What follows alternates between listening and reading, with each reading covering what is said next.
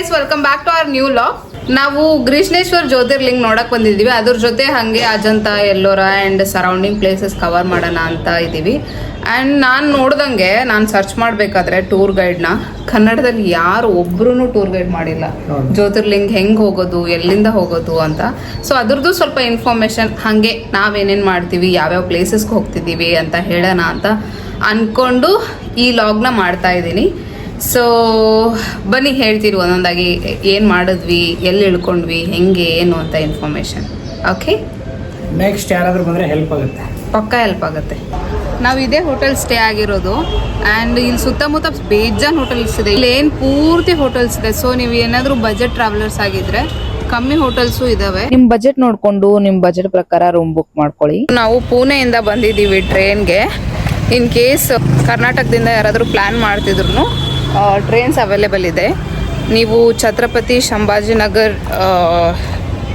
ಅದು ಸ್ಟೇಷನ್ಗೆ ಬಂದು ಇಳ್ಕೋಬೇಕು. ಆ್ಯಂಡ್ ಅಲ್ಲಿ ಇಳಿದ ಮೇಲೆ ನಿಮಗೆ ತುಂಬ ಜನ ಬರ್ತಾರೆ, ಅಟ್ಯಾಕ್ ಮಾಡ್ತಾರೆ, ಬನ್ನಿ ಬನ್ನಿ ನಾವು ಕರ್ಕೊಂಡು ಹೋಗ್ತೀವಿ, ನೀವು ಕರ್ಕೊಂಡು ಹೋಗ್ತೀರಿ ಅಂತ. ಅದಕ್ಕೆ ಯಾವುದಕ್ಕೂ ಟ್ರ್ಯಾಪ್ ಆಗೋಕ್ಕೆ ಹೋಗ್ಬೇಡಿ. ಸ್ವಲ್ಪ ಮುಂದೆ ಬಂದರೆ ನಿಮಗೆ ಶೇರಿಂಗ್ ಆಟೋ ಸಿಗುತ್ತೆ. ಸೊ ಆ ಶೇರಿಂಗ್ ಆಟೋಯಿಂದ ನಾವು ಬಸ್ ಸ್ಟಾಪ್ಗೆ ಒಂದು 30 ರೂಪೀಸ್ ಕೊಟ್ಟು ಶೇರಿಂಗ್ ಆಟೋಗೆ ಬಂದ್ವಿ.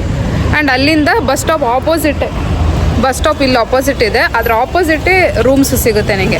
ಆ್ಯಂಡ್ ರೂಮ್ಸ್ ಹುಡುಕ್ತಿರ್ಬೇಕಾದ್ರೂ 1000 ಜನ ಬರ್ತಾರೆ, ನಾವು ಕೊಡಿಸ್ತೀವಿ ಅಂತ. ಯಾರಿಗೂ ಟ್ರ್ಯಾಪ್ ಆಗೋಕ್ಕೆ ಹೋಗಬೇಡಿ. ಆ್ಯಂಡ್ ಇಲ್ಲೇ ನೀವು ಚೆಕ್ ಇನ್ ಆದರೆ ನಿಮ್ಗೆ 2 ದಿನ ಪ್ಲ್ಯಾನ್ ಇದ್ದರೆ ಸೊ ನೀವು ಈಸಿಯಾಗಿ ನೀವು ಸ್ಟೇ ಆಗಿ ಫ್ರೆಶ್ ಅಪ್ ಆಗಿ ಹೋಗ್ಬೋದು. ಇನ್ ಕೇಸ್ ಸ್ಟೇ ಪ್ಲ್ಯಾನ್ ಇಲ್ಲ ಅಂತಂದರೆ ಎಲ್ಲಾದರೂ ನೀವು ಬೇರೆ ಕಡೆ ಮಾಮೂಲಿ ಫ್ರೆಶ್ ಅಪ್ ಆಗೋಕ್ಕೆ ಪ್ಲೇಸಸ್ ಇರುತ್ತೆ, ಅಲ್ಲಿ ಫ್ರೆಶ್ ಅಪ್ ಆಗ್ಬೋದು. ಸೊ ನಾವು ಸ್ಟೇ ಆಗೋ ಪ್ಲ್ಯಾನ್ ಇದ್ದಿದ್ದರಿಂದ ನಾಳೆ ಹೋಗ್ಬೇಕು ನಾವು ಅಜಂತ ಕೇವ್ಸ್ಗೆ. ಸೊ ಇವತ್ತು ಸ್ಟೇ ಆಗೋದ್ರಿಂದ ನಾವು ಒಂದು ಚೆನ್ನಾಗಿರೋ ರೂಮ್ಸ್ ನೋಡಿಬಿಟ್ಟು ಹೋಟೆಲಲ್ಲಿ ಸ್ಟೇ ಆಗ್ತಾ ಇದ್ದೀವಿ. ಸೊ ಇವಾಗ ನಾವು ಆಪೋಸಿಟ್ ಬಸ್ ಸ್ಟಾಪಿಗೆ ಹೋಗ್ತಾ ಇದ್ದೀವಿ. ಆ ಬಸ್ ಸ್ಟಾಪಿಂದ ಡೈರೆಕ್ಟ್ ನಿಮಗೆ ಜ್ಯೋತಿರ್ಲಿಂಗ್ ಹೋಗೋದೇ ಬಸ್ ಸಿಗುತ್ತೆ. ಆ ಬಸ್ಗೆ ಹತ್ತಿ ಹೋಗ್ತಾ ಇದೀವಿ. ನಾವು ಡೇ 1 ಅಲ್ಲಿ ಟೋಟಲ್ ಆಗಿ 6 ಪ್ಲೇಸಸ್ ಕವರ್ ಮಾಡೋಣ ಅನ್ಕೊಂಡ್ವಿ. ಫಸ್ಟ್ ನಾವು ಹೊರಟಿದ್ದು ಗ್ರೀಷ್ಣೇಶ್ವರ ಟೆಂಪಲ್ಗೆ. 42 ನಂಬರ್ ಲೋಕಲ್ ಬಸ್ ಹತ್ಕೊಂಡ್ರೆ ಡೈರೆಕ್ಟ್ ಗ್ರೀಷ್ಣೇಶ್ವರ ಟೆಂಪಲ್ಗೆ ಹೋಗುತ್ತೆ. ಕಂಡಕ್ಟರ್ ನಮ್ಗೆ 100 ರೂಪೀಸ್ ಕೊಟ್ಟು ಫುಲ್ ಡೇ ಪಾಸ್ ತಗೊಳ್ಳಿ ಅಂತ ಅಂದ್ರು. ಬಿಕಾಸ್ ನಾವ್ ಎಲ್ಲಾ ಸ್ಟಾಪ್ಸ್ ಬಸ್ಸಲ್ಲೇ ಓಡಾಡ್ಬೇಕಿತ್ತು. ಯಾಕೆ ಅಂದ್ರೆ ನಾವು ಕ್ಯಾಬ್ಗೆ ಹೋಗೋಣ ಅಂತ ಕೇಳಿದಾಗ 2-3 ಸಾವಿರ ಕೇಳಿದ್ರು. ಸೊ ಬೇಡ ಅಂತ ಬಸ್ಗೆ ಬಂದ್ವಿ. ಜಸ್ಟ್ ಇಳ್ಕೊಂಡ ತಕ್ಷಣ ಒಂದು 100-200 ಮೀಟರ್ಸ್ ಬಂದ್ರೆ ನಿಮ್ಗೆ ಟೆಂಪಲ್ ಸಿಗುತ್ತೆ.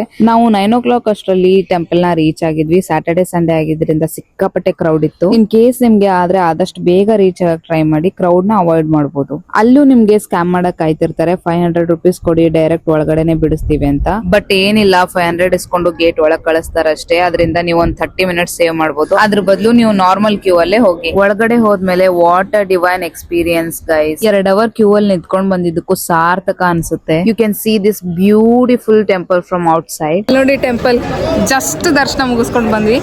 ಎಕ್ಸ್ಪೀರಿಯನ್ಸ್ ಹೆಂಗಿತ್ತು ಅಂತ ಹೇಳ್ತೀನಿ. ಇನ್ನು ನನಗೆ ಅದು ಆ ವೈಬ್ರೇಷನ್ ತಡ್ಕೊಳಕ್ಕೆ ಆಗ್ತಿಲ್ಲ, ಅಷ್ಟು ಪಾಸಿಟಿವ್ ಆಗಿತ್ತು. ಓ ಮೈ ಗಾಡ್, ಎಕ್ಸ್ಪೀರಿಯನ್ಸ್ ಹೆಂಗಿತ್ತು? ಇದುವರೆಗೆ ಎಲ್ಲಿ ಮಾಡಿಲ್ಲ ಆ ಥರ. ಲಿಟ್ರಲಿ ನಾವು ಲಿಂಗುನ ಮುಟ್ಟಿದ್ವಿ. ಆ್ಯಂಡ್ ಎಷ್ಟೊತ್ತಾದರೂ ಮುಟ್ಬೋದು, ಎಲ್ಲೂ ನಿಮಗೆ ತಳ್ಳಾಟ ಇಲ್ಲ. So positive.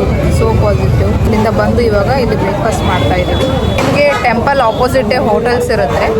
ಏನೂ ಕಾಣಿಸ್ತಿಲ್ಲ, ಆಪೋಸಿಟೇ ಹೋಟೆಲ್ಸ್ ಇರುತ್ತೆ. ಸೊ ನಿಮಗೆ ಎಲ್ಲ ಸಿಗುತ್ತೆ, ಅಂದರೆ ಇಡ್ಲಿ, ಸಾಂಬಾರು, ದೋಸೆ. ಇನ್ ಕೇಸ್ ಅದು ಬೇಡವಾ, ಥಾಲಿ ಸಿಗುತ್ತೆ. ಥಾಲಿ ತೊಗೊಳ್ಳಿ, ಬೆಸ್ಟ್, ಹೊಟ್ಟೆ ತುಂಬಿಬಿಡುತ್ತೆ. ನಾವು ಥಾಲಿ ಆರ್ಡರ್ ಮಾಡಿದ್ದೀವಿ. 150 ರೂಪೀಸ್ ಒಂದು ಥಾಲಿ ಸಿಕ್ಬಿಡುತ್ತೆ. ಟೆಂಪಲ್ ಇಂದ ನಾವು ಹೋಗಿದ್ದು ಎಲ್ಲೋರ ಕೇವ್ಸ್ಗೆ. ಟೆಂಪಲ್ ಇಂದ ಇದು ಜಸ್ಟ್ 700 to 800 ಮೀಟರ್ಸ್ ಇದೆ. ಅಲ್ಲಿ ನೋಡಿ ಕ್ಯೂ ಇದೆ, ಅಲ್ಲಿಂದ ತಗೋಬೇಕು. ಒಬ್ರಿಗೆ ಟಿಕೆಟ್ 40 ರೂಪೀಸ್ ಬರುತ್ತೆ. ಸೊ ನಾವಿಬ್ರು ಇರೋದ್ರಿಂದ 80 ರೂಪೀಸ್. ಇಲ್ಲಿ ಟಿಕೆಟ್ ಸ್ಕ್ಯಾನ್ ಮಾಡಿ ಒಳಗಡೆ ಹೋಗ್ಬೇಕು. ಅಂಡ್ ಒಳಗ್ ಹೋಗ್ಬೇಕಾದ್ರೆ ವಾಟರ್ ಬಾಟಲ್ ನ ಮಿಸ್ ಮಾಡಕ್ ಹೋಗ್ಬೇಡಿ. ಯಾಕಂದ್ರೆ ಅವ್ರದೇ ಒಂದು ಎಕ್ಸಿಟ್ ಗೇಟ್ ಅಲ್ಲಿ ಕ್ಯಾಂಟೀನ್ ಇದೆ. ಅದರಲ್ಲಿ ಮಾತ್ರ ನಿಮ್ಗೆ ಮಿನರಲ್ ವಾಟರ್ ಬಾಟಲ್ ಸಿಗೋದು. ಅಲ್ಲಿ ಬಿಟ್ರೆ ಮತ್ತೆ ಎಲ್ಲೂ ಸಿಗಲ್ಲ ನಿಮ್ಗೆ. ಎಲ್ಲಾ ಕೇವ್ಸ್ ನೋಡಕ್ಕೆ ಮಿನಿಮಮ್ 3 to 4 hours ಬೇಕು. ಸೊ ಇನ್ ಕೇಸ್ ನಿಮ್ಗೆ ಅಷ್ಟು ಟೈಮ್ ಇಲ್ಲ ಅಂತಂದ್ರೆ ಮೇನ್ ಕೇವ್ಸ್ ನ ನೋಡ್ಕೊಂಡು ಅಲ್ಲಿಂದ ಹೊರಡಿ. ಎಕ್ಸಿಟ್ ಗೇಟ್ ಹತ್ರನೇ ನಿಮ್ಗೆ ಬಸ್ ಸ್ಟಾಪ್ ಸಿಗುತ್ತೆ. ಆಗುತ್ತೆ. ಕೇವ್ಸ್ ಇಂದ ಹೊರಟು ಜಸ್ಟ್ 5 ಕಿಲೋಮೀಟರ್ಸ್ ಆದ್ಮೇಲೆ ನಾವು ರೀಚ್ ಆಗಿದ್ದು ಭದ್ರಾ ಮಾರುತಿ ಟೆಂಪಲ್ ಗೆ. ಬಸ್ ಸ್ಟಾಪ್ ಆಪೋಸಿಟ್ ಅಲ್ಲೇ ಜಸ್ಟ್ ಒಂದು 200 ಮೀಟರ್ಸ್ ನಡೆದ್ರೆ ಟೆಂಪಲ್ ಸಿಗುತ್ತೆ ನಿಮ್ಗೆ. ನೀವಿಲ್ಲಿ ಈ ತರ ಮಾರುತಿ ಮೂರ್ತಿನ ನೋಡ್ಬೋದು. ಇಲ್ಲಿ ನನ್ಗೆ ಇನ್ನೊಂದು ಇಷ್ಟ ಆಗಿದ್ದೇನಂತ ಅಂದ್ರೆ ಮೆನ್ಗೆ ವುಮೆನ್ಗೆ ಸೆಪರೇಟ್ ಲೈನ್ ಇದೆ.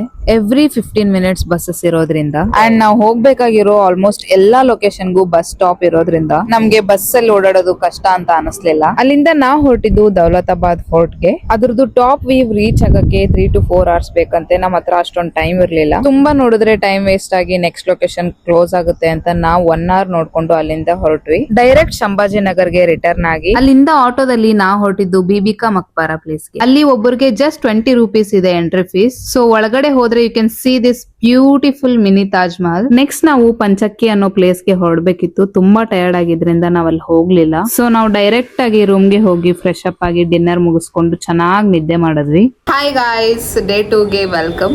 ಆಕ್ಚುಲಿ ನೆನ್ನೆ ಟಯರ್ಡ್ ಆಗಿದ್ರಿಂದ ಏನು ಹೇಳಕ್ಕಾಗಿಲ್ಲ. ಸೊ ನಾವಿವಾಗ ಡೇ 2 ಗೆ ಡೈರೆಕ್ಟ್ ನಿಮಗೆ ಶಿಂಭಾಜಿನಗರಿಂದ ಅಜಂತಾಗೆ ಹೋಗೋಕ್ಕೆ ಬೆಳಿಗ್ಗೆ 5 o'clockಗೆ ಬಸ್ ಸ್ಟಾರ್ಟ್ ಆಗುತ್ತಂತೆ ಸಂಡೇ. ಬಟ್ ವೀಕ್ ಡೇಸ್ ಗೊತ್ತಿಲ್ಲ. ಬಟ್ ವೀಕೆಂಡ್ ಮಾತ್ರ ಬೆಳಿಗ್ಗೆ 5 o'clockಗೆ ಸ್ಟಾರ್ಟ್ ಆಗುತ್ತಂತೆ. So every half an hour buses ಇರುತ್ತಂತೆ. ಇಲ್ಲಿಂದ ಹೋಗೋಕ್ಕೆ 2.5 hours ಬೇಕಂತೆ.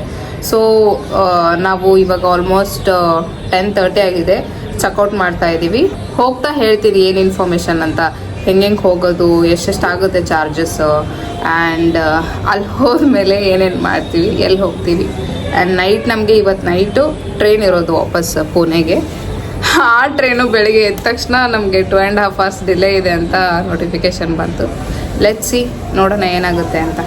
ಸಂಭಾಜಿನಗರಿಂದ ಅಜಂತಾಗೆ ಒಬ್ಬರಿಗೆ 144 ರೂಪೀಸ್ ಆಗುತ್ತೆ ಚಾರ್ಜಸ್. ನಮ್ಗೆ ಯಾವ ಸ್ಟಾಪ್ ಬರುತ್ತೆ ಏನು ಅಂತ ಅಷ್ಟೊಂದು ಗೊತ್ತಾಗಿರ್ಲಿಲ್ಲ. ಸೊ ಕಂಡಕ್ಟರ್ ನಮ್ಗೆ ಹೆಲ್ಪ್ ಮಾಡಿದ್ರು ಎಲ್ಲಿ ಇಳ್ಕೋಬೇಕು ಏನು ಅಂತ. ಇಳ್ಕೊಂಡ ತಕ್ಷಣ ಜಸ್ಟ್ ಒಂದು 100 to 100 ಮೀಟರ್ಸ್ ಇಳ್ಕೊಂಡು ಹೋದ್ರೆ ಅಲ್ಲಿ ಸೈಡ್ ಸೀಯಿಂಗ್ಗೆ ಅಂತ ಕರ್ಕೊಂಡು ಹೋಗ್ತಾರೆ. ನಿಮ್ಗೆ AC ನಾನ್ AC ಬಸ್ಸಸ್ ಇರುತ್ತೆ. ಟೋಟಲ್ ಆಗಿ ಬಸ್ ಚಾರ್ಜಸ್, ಎಂಟ್ರಿ ಫೀಸ್ ಎಲ್ಲ ಸೇರಿ 100 ರೂಪೀಸ್ ಆಗುತ್ತೆ ಪರ್ ಪರ್ಸನ್ ಗೆ. ಅಂಡ್ ಅಲ್ಲಿ ನಿಮ್ಗೆ ಲಾಕರ್ ಫೆಸಿಲಿಟೀಸ್ ಕೂಡ ಇದೆ. ಬ್ಯಾಗ್ ಕೂಡ ಇಡ್ಬೋದು ನೀವು ಅಲ್ಲಿ. ರೀಚ್ ಆದ್ಮೇಲೆ ನೀವಲ್ಲಿ ಬ್ಯೂಟಿಫುಲ್ ಆಗಿರೋ ಕೇವ್ಸ್ ನ ನೋಡ್ಬೋದು. ಅಂಡ್ ನಂಗೂ ಏನ್ ಅನ್ಸಿತ್ತಂತ ಅಂದ್ರೆ ರೈನಿ ಸೀಸನ್ ಅಥವಾ ವಿಂಟರ್ ಸೀಸನ್ ಏನಾದ್ರು ಹೋಗ್ಬಿಟ್ರೆ this place is way more beautiful than this. So complete ಆಗಿ ಎಲ್ಲಾ ಕೇವ್ಸ್ ನೋಡ್ಬೇಕು ಅಂದ್ರೆ ನಿಮ್ಗೆ 3 to 4 hours ಬೇಕಾಗುತ್ತೆ. ಎಲ್ಲ ನೋಡಿ ಮುಗಿಸ್ಕೊಂಡು ಸೊ ಕೇವ್ಸ್ ಅವ್ರದೇ ಶಟಲ್ ಬಸ್ ಇರುತ್ತೆ ಅಂತ ಹೇಳಿದ್ನಲ್ಲ ಅವಾಗ್ಲೇ, ಅದನ್ನ ಹತ್ಕೊಂಡು ಹೋಗ್ತೀವಿ. ನಮ್ಗೆ ನೈಟ್ ಟ್ರೈನ್ ಜಲ್ಗಾಂವ್ ಸ್ಟೇಷನ್ ಇಂದ ಬುಕ್ ಮಾಡಿದ್ವಿ. ಸೊ ನಾವ್ ಅಲ್ಲಿಂದ ಹೊರಟು ಜಲ್ಗಾಂವ್ ಸ್ಟೇಷನ್ ಗೆ ಹೊರಡ್ತೀವಿ. ಅಜಂತಾ ಇಂದ ಜಲ್ಗಾಂವ್ ಸ್ಟೇಷನ್ 60 ಕಿಲೋಮೀಟರ್ಸ್ ಆಗುತ್ತೆ. So per person 100 rupees charges ಆಗುತ್ತೆ ಗವರ್ಮೆಂಟ್ ಬಸ್ ಅಲ್ಲಿ. ಅಲ್ಲಿಂದ ನಾವು ಸ್ಟೇಷನ್ ಗೆ ಹೊರಟ್ವಿ. ಇನ್ ಕೇಸ್ ನಿಮ್ಗೆ ಟ್ರೈನ್ ಡಿಲೇ ಆಗಿದ್ರೆ retiring room, men and women separate waiting rooms ಇರುತ್ತೆ. ಹೋಪ್ ನಿಮ್ಗೆ ಈ ಟೂರ್ ಗೈಡ್ ಈ ಕಡೆ ಏನಾದ್ರು ಸುತ್ತಾಡಕ್ಕೆ ಬಂದ್ರೆ ಹೆಲ್ಪ್ ಆಗುತ್ತೆ ಅಂತ ಅನ್ಕೊಂತೀವಿ. Thank you for watching the vlog. See you in the next vlog.